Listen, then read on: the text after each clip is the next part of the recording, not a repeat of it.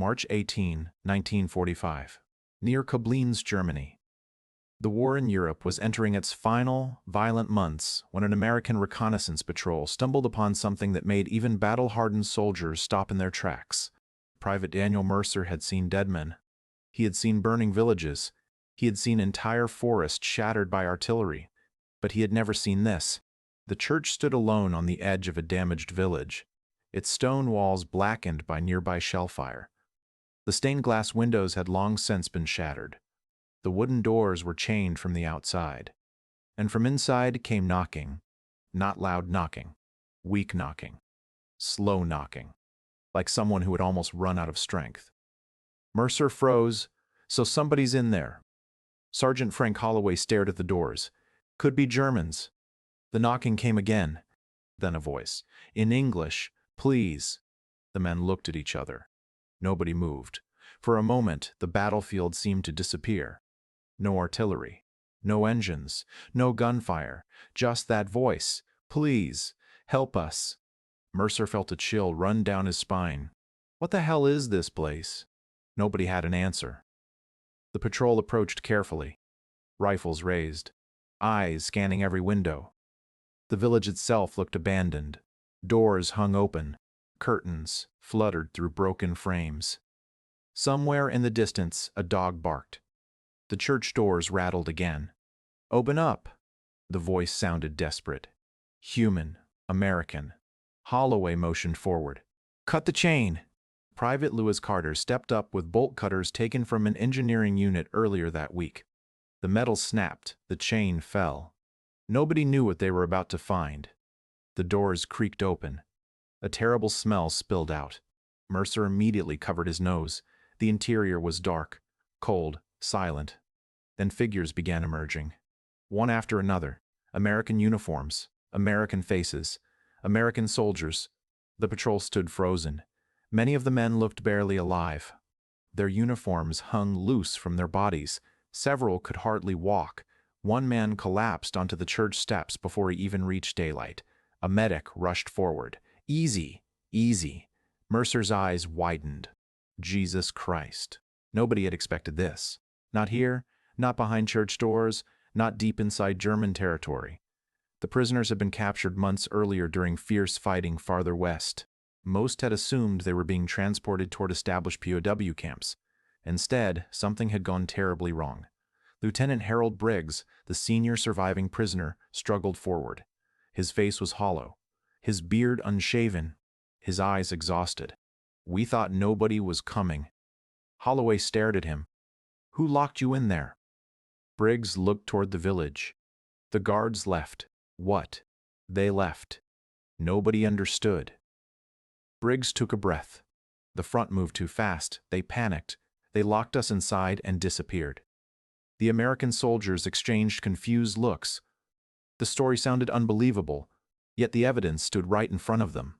Nearly 50 American prisoners, locked inside a church, abandoned, waiting to die. Radio messages were sent immediately. Within hours, military police, intelligence officers, medics, and commanders arrived. The church became a center of activity. Doctors examined the prisoners. Investigators took statements. Officers demanded answers. The reports moved rapidly upward through the chain of command. Every witness told the same story. The German guards had been nervous for days. American forces were advancing faster than expected. Supply routes were collapsing. Command structures were breaking apart. Then one morning, the guards chained the doors, left a small amount of water, and vanished. For 6 days, the prisoners had remained trapped. 6 days. Without proper food, without medical treatment, without knowing whether they would live or die. Captain Robert Allison reviewed the reports late into the night. Something about the situation disturbed him. Not because prisoners had suffered. War was full of suffering. What disturbed him was the choice. Someone had made a deliberate decision. Someone had looked at helpless prisoners and chosen abandonment. The following day, another detail emerged. Several villagers had known the prisoners were inside. They had heard the knocking. They had heard the shouting. Some had brought water secretly at night. Others had done nothing. The discovery ignited fierce arguments among officers. Should villagers be held responsible? Could civilians living under Nazi rule be blamed? The discussions grew heated. Nobody seemed to agree. And then word arrived. General George Patton was coming. The atmosphere changed immediately. Everyone knew his reputation. Everyone knew his standards. Everyone knew that when Patton arrived, excuses tended to disappear.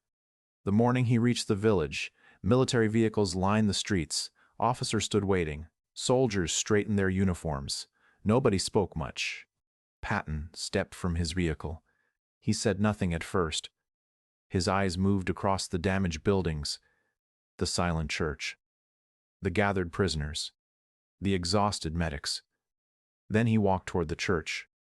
Slowly, deliberately. The room inside remained exactly as investigators had found it. Patton entered. The soldiers followed. Dust floated through beams of light. Blankets covered the stone floor. Empty containers sat against the walls. The air still carried traces of sickness and despair. Nobody spoke. Patton looked at everything. Every detail. Every corner. The room went silent. Everyone waited. Finally, he turned toward Lieutenant Briggs. "You were the senior officer?" "Yes, sir." Patton nodded. Briggs explained everything again. The imprisonment. The abandonment. The days without help. The uncertainty. Patton listened without interruption. His expression never changed.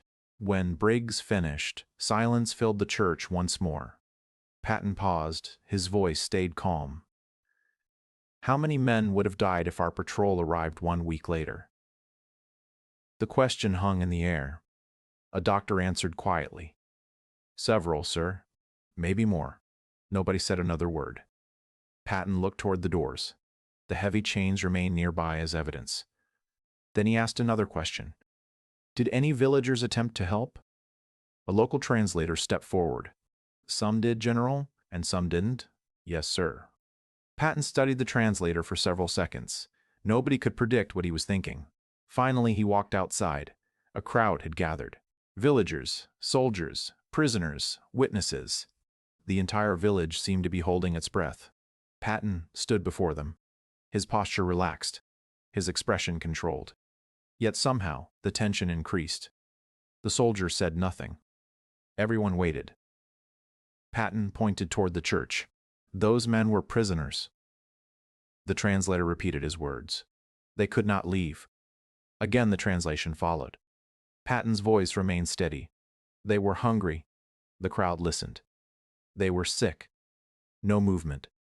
No one expected miracles. The translator continued. "But humanity costs very little." Several villagers lowered their eyes. Patton paused. The silence felt heavier than shouting. When a man hears another human being begging for water and does nothing, the translator repeated the sentence.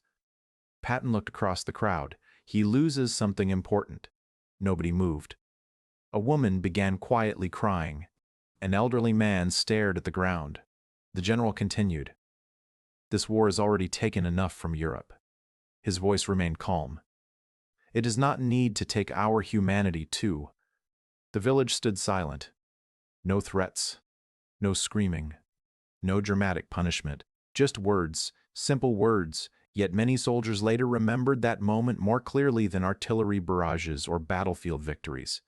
Because everyone understood exactly what Patton meant. The following days brought recovery efforts.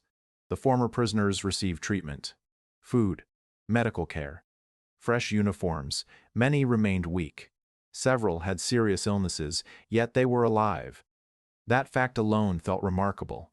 Private Mercer visited the church one final time before his unit moved onward. The building stood empty now. Quiet. Ordinary. It looked almost impossible that such suffering had happened there. As he stood inside, he noticed initials scratched into one of the wooden pews. American names, dates, messages, proof that frightened men had tried to leave something behind, proof they had refused to disappear. Mercer traced one name with his finger. Then he left. Weeks later, Germany surrendered. Celebrations erupted across Europe. Crowds cheered. Church bells rang. Soldiers embraced. The war that had consumed millions of lives was finally ending. Yet for many of the men from that village church, one memory stayed with them long afterward. Not the chains, not the hunger, not even the fear. It was the moment the doors opened, the moment sunlight returned, the moment they realized somebody had come. Because sometimes survival is not just about food, or weapons, or strength. Sometimes survival begins with knowing that somebody still cares whether you live. The church eventually returned to being a church. Families gathered there. Children played nearby. Years passed. The scars faded, but stories remained. Stories about soldiers, prisoners, choices, and a general who understood that victory meant more than defeating an enemy. It also meant refusing to become one. War reveals many things about people: courage, fear, cruelty, loyalty, loyalty. But perhaps its greatest test is what ordinary men do when nobody is forcing them to choose. Some villagers risked punishment to bring water. Others looked away. Some guards abandoned helpless prisoners. Others might have acted differently. Every person faced a choice, and every choice left a mark. That is why stories like this endure long after battles are forgotten. Because beneath the uniforms, flags, and armies were human beings struggling with the same question. What kind of person will I be when someone else's life depends on me? The answer often matters far more than victory itself. What would you have done? Let us know in the comments below. And if you want more World War II stories where humanity, war, and difficult decisions collided, make sure to subscribe.